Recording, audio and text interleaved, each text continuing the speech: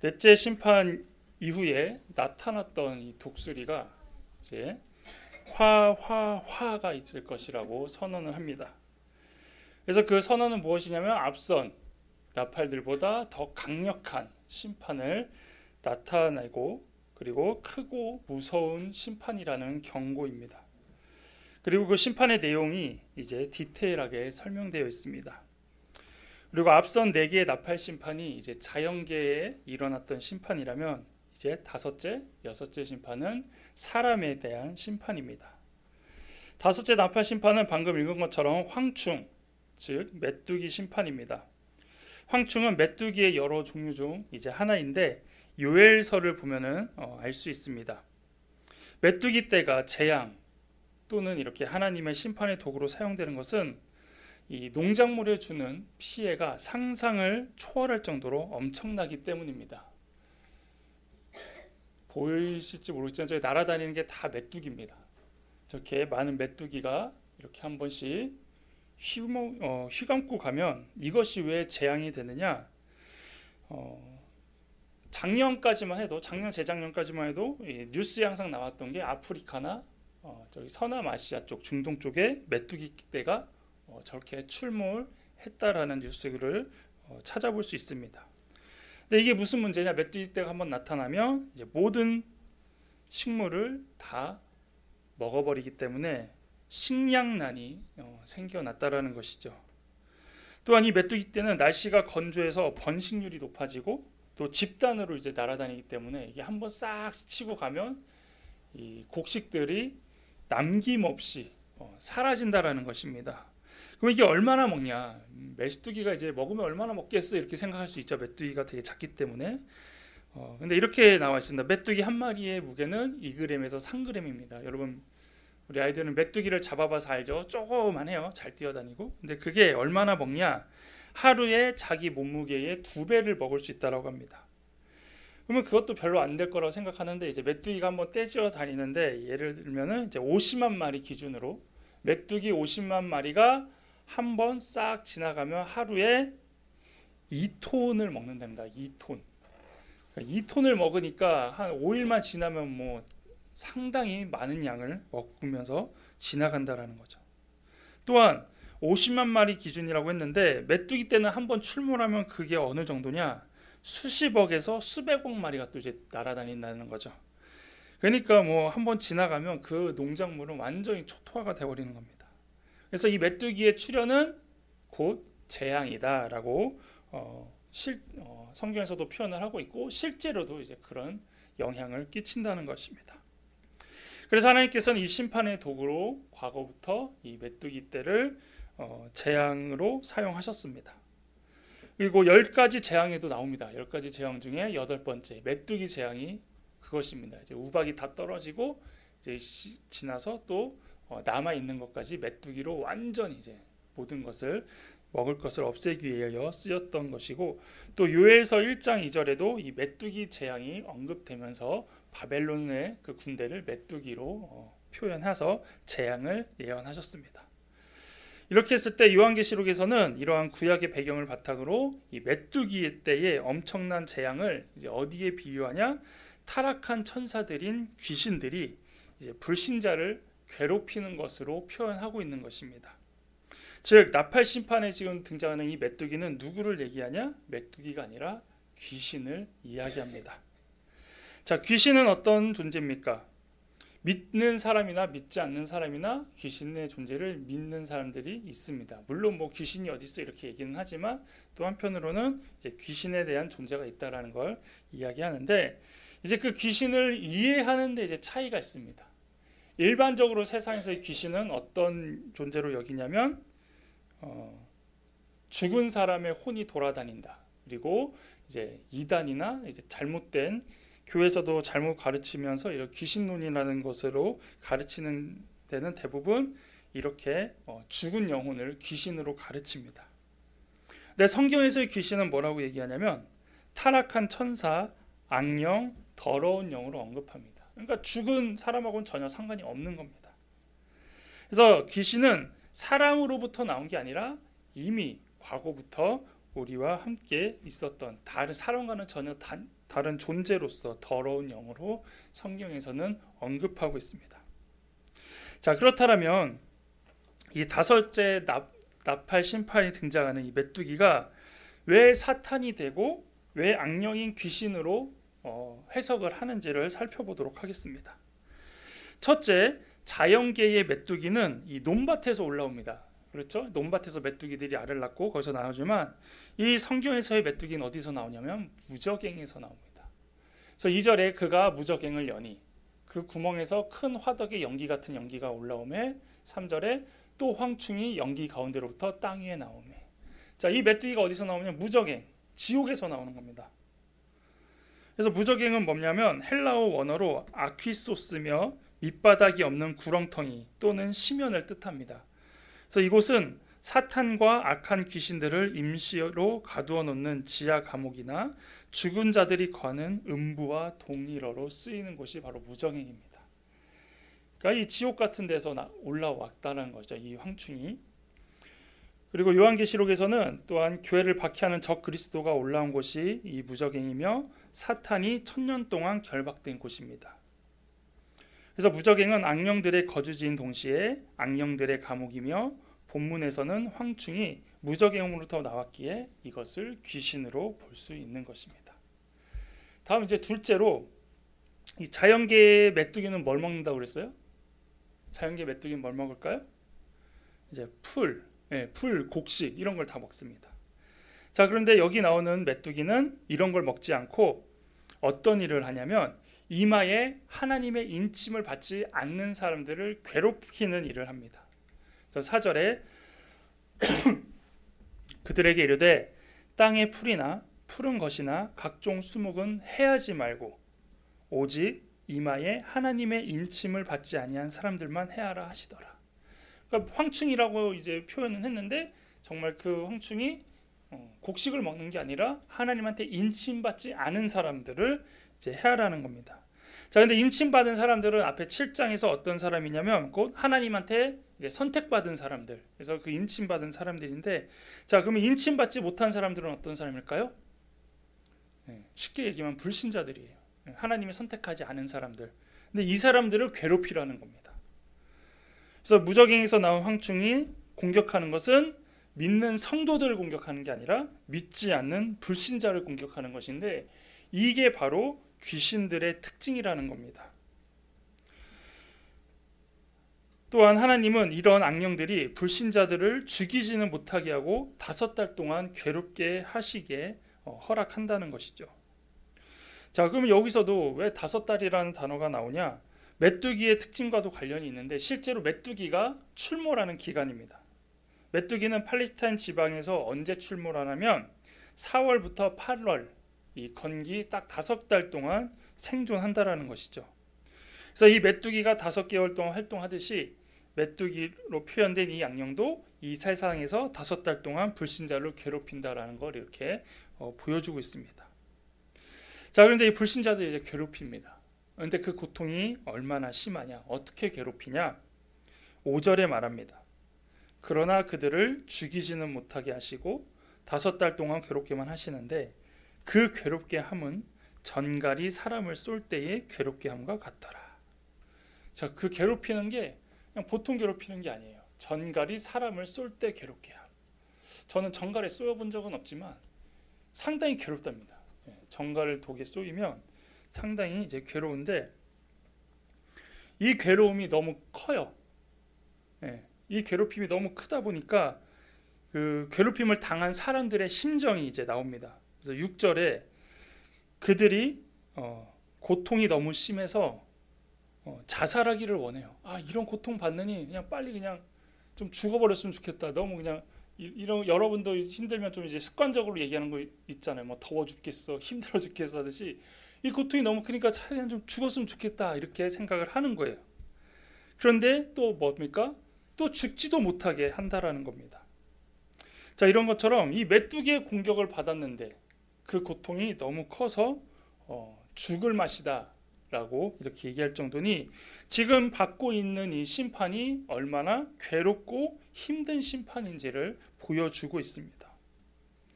자, 그래서 그러면 도대체 어떠한 황충이길래 우리는 그냥 일반적으로 황충, 메뚜기라고 지금 얘기를 했는데 이 황충의 모습은 어떠한가 해서 7절부터 10절에 이렇게 표현하고 있습니다.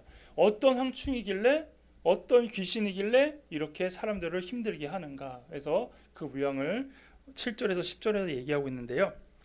황충들의 모양은 전쟁을 위하여 준비한 말들 같고 그 머리에 금 같은 관 비슷한 것을 썼으며 그 얼굴은 사람의 얼굴 같고 또 여자의 머리털 같은 머리털이 있고 그 이빨은 사자의 이빨 같으며 또 철 호심경 같은 호심경이 있고 그 날개들의 소리는 병거와 많은 말들이 전쟁터로 달려 들어가는 소리 같으며 또 정갈과 같은 꼬리와 쏘는 살이 있어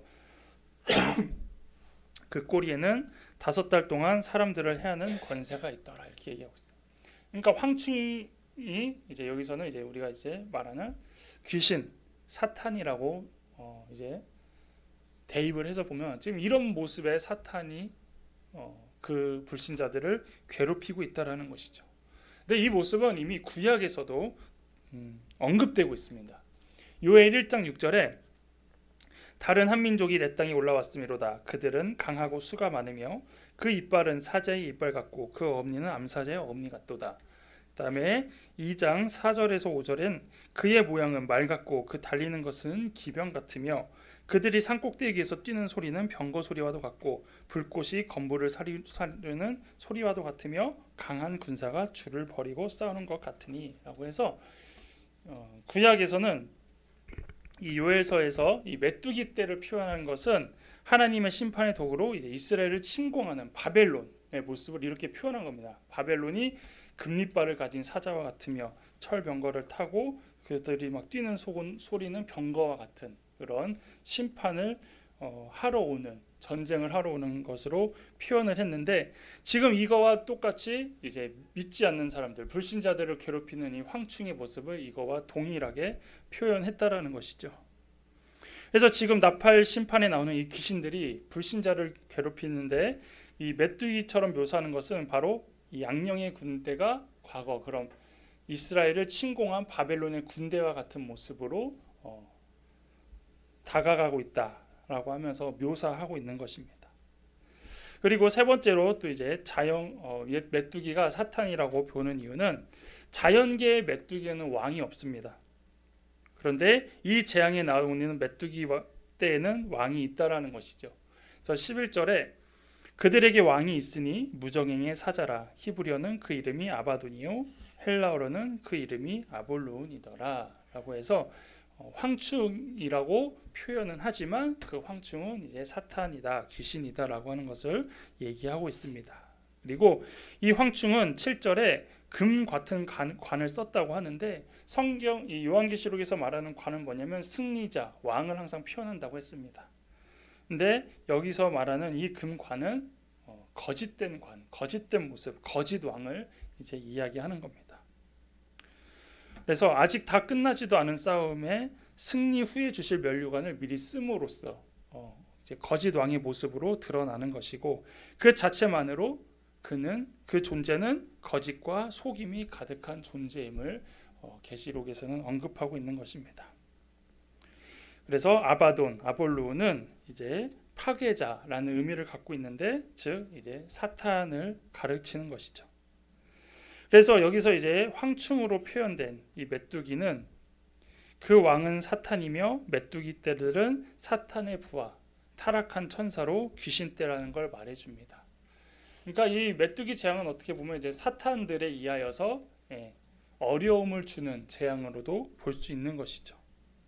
자, 그렇다면 이 황충이 지금 이제 나타나서 하는 게 뭡니까?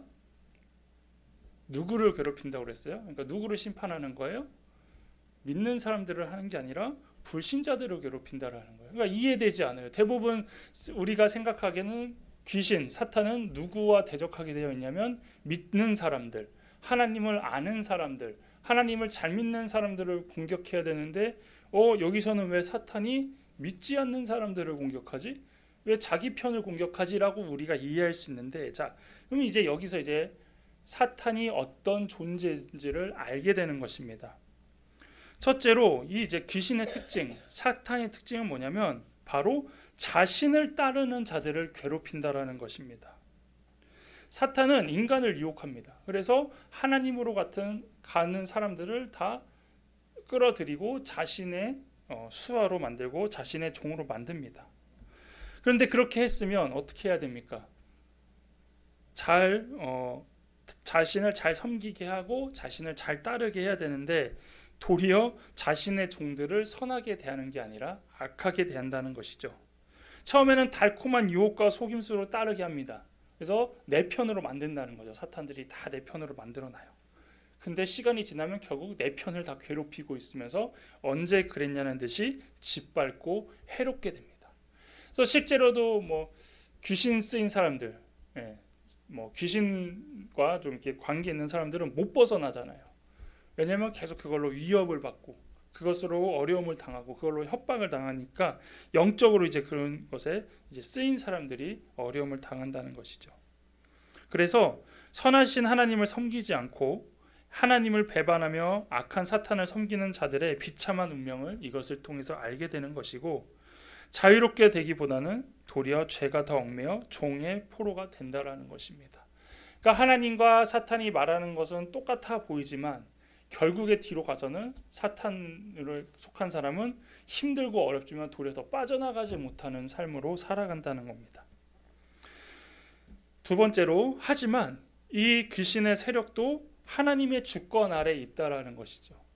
그래서 어떻게 보면 이제 하나님과 사탄이 동등한 존재로 우리가 볼 때가 참 많이 있는데 성경에서는 분명히 사탄은 하나님 밑에 있는 존재로 기록하고 있습니다.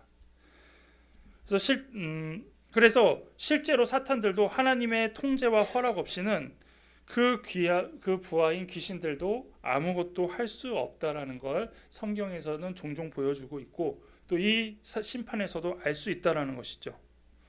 오히려 사탄과 귀신들의 활동도 하나님의 뜻과 그 구속 계획 가운데 일부가 된다라는 겁니다.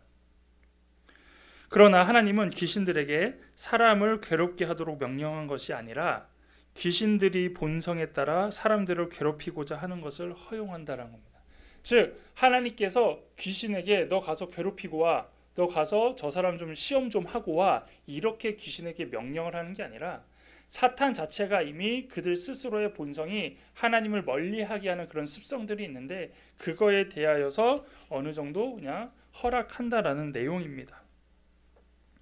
그래서 하나님께서 귀신들의 활동을 허용하면 귀신들은 하나님을 거역하는 새로운 사람들을 이제 괴롭힌다는 것이죠.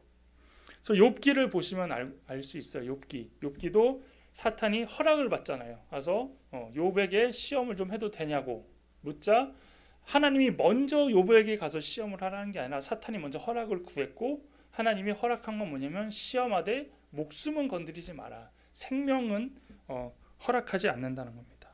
그래서 마찬가지로 사탄도 마찬가지입니다. 사탄도 믿는 사람을 시험할 수 있습니다.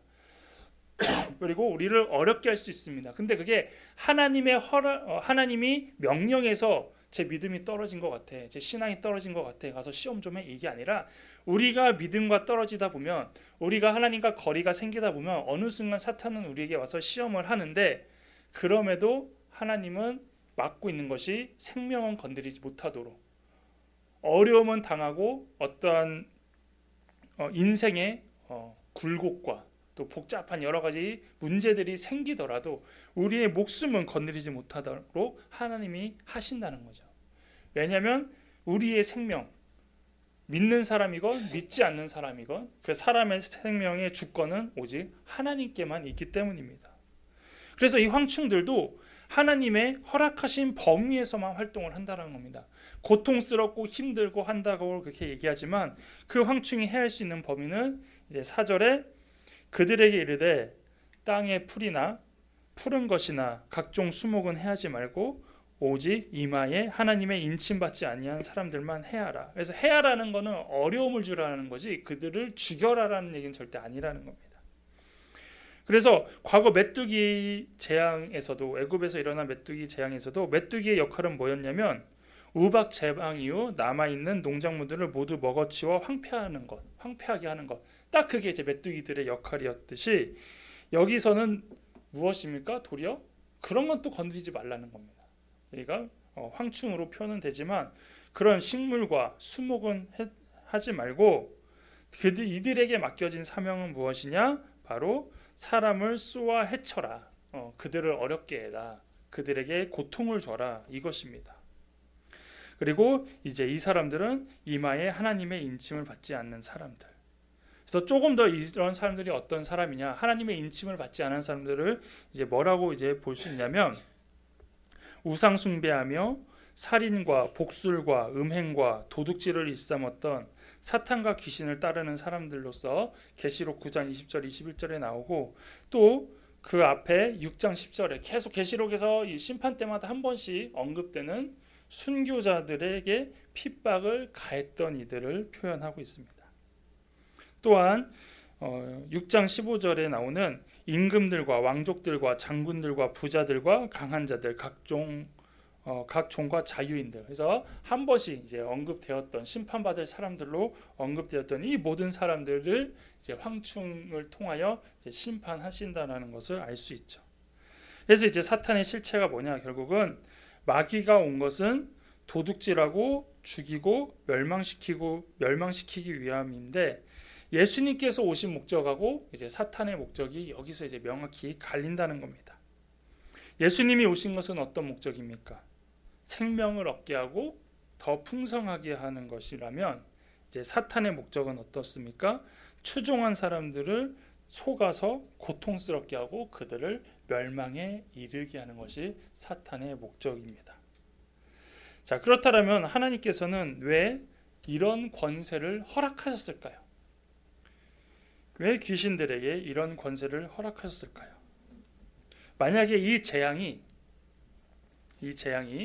앞에서 순교자들이 했던 기도들이 있어요. 그들이 항상 탄원했다고 했잖아요. 우리를 힘들게 한 사람들을 주님 벌해 주시고 저들을 저주해 주시고 저들을 심판해 주세요라고 했던 이러한 기도의 응답으로서 지금 이런 심판이 일어난다라면 이들은 죽어 마땅해요. 즉 이 심판을 받고 있는 사람들은 당연히 죽어도 돼요. 왜냐하면 하나님을 떠난 사람들이고 하나님을 믿는 사람을 핍박했던 사람들이고 도리어 하나님을 거부했던 사람들이기 때문에 이 황충의 재앙을 통하여서 죽어 마땅하지만 하나님이 무엇을 허락하지 않냐면 죽지는 못하겠다라는 거예요. 황충을 통해서. 이것은 무슨 의미냐? 지금 이 나팔 재앙의 의미가 뭐라고 그랬어요? 지난번에 이것을 통하여서 깨닫고 다시 하나님께 돌아올 수 있는 방법으로 보여주신다라고 했습니다. 그래서 이것을 통해 사람들이 죽는 것이 아니라 이것을 통하여 회개해서 예수님께서 다시 돌아오게 하는 기회이기 때문에 그들의 목숨까지는 건드리지 말라고 하는 겁니다. 즉 이 재앙을 통하여서 그들이 괴롭고 힘들고 아프다라면 우리가 따르는 사탄이 이런 존재였구나. 우리가 하나님을 믿지 않으면 이런 모습으로 어려움을 당하는구나 라는 것을 깨달아서 하나님께 돌아올 기회가 있기 때문에 그 목숨까지는 건드리지 말라고 하는 것입니다. 자, 이렇게 볼 때에 이 황충의 출현은 이제 오늘날은 이제 무엇으로 어떤 의미로 해석할 수 있냐면 복음 없이 세상의 죽음의 문화에 둘러싸여 고통당하고 죽기를 원하는 사람들로 이해할 수 있습니다. 즉 황충들, 사탄이 우리 사회와 문화 구석구석에 스며들어 인생을 고통스럽게 하고 절망과 죽음으로 몰아간다라는 얘기죠.